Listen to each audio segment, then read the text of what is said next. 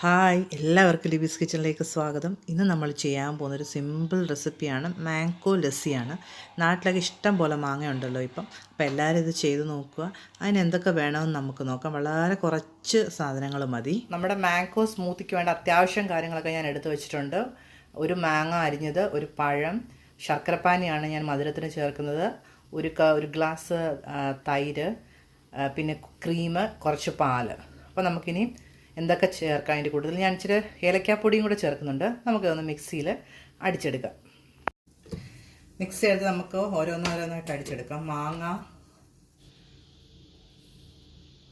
പഴം അരിഞ്ഞത്, കുറച്ച് ഏലക്കാപ്പൊടിയും കൂടി ഇട്ട് കൊടുക്കാം.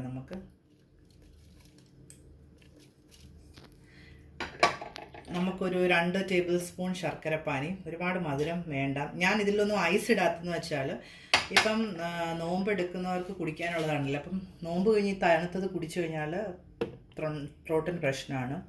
അപ്പം തൈര് ഇത്രയും കൂടി ഇട്ട് നമുക്കൊന്ന് ഫസ്റ്റ് അടിച്ചെടുക്കാം.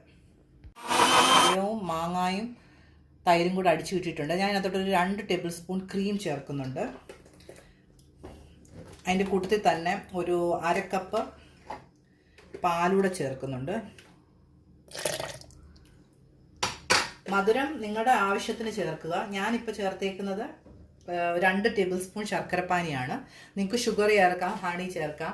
അപ്പോൾ നമുക്ക് ഇതുകൂടെ ഒന്ന് അടിച്ചെടുക്കാം. നമ്മുടെ ജ്യൂസ് നല്ല തിക്കാണ്, അതുകൊണ്ടല്ലേ. അപ്പം നമുക്കിതിനെ അതൊരു ഗ്ലാസ്സിലോട്ട് മാറ്റാം. നമ്മുടെ മാംഗോ ലസ്സി റെഡി ആയിട്ടുണ്ട്. അപ്പം ഇതെല്ലാവരും ട്രൈ ചെയ്ത് നോക്കണം. എളുപ്പത്തിൽ ഉണ്ടാക്കാൻ പറ്റുന്ന ഒരു റെസിപ്പിയാണ്. നമ്മുടെ വീഡിയോസൊക്കെ ഇഷ്ടമായെങ്കിൽ എല്ലാവരും ലൈക്ക് ചെയ്യണം, സബ്സ്ക്രൈബ് ചെയ്യണം. അപ്പോൾ നമ്മളൊരു പുതിയൊരു സിമ്പിൾ റെസിപ്പിയായിട്ട് വരുന്നത് വരെ എല്ലാവർക്കും ബൈ.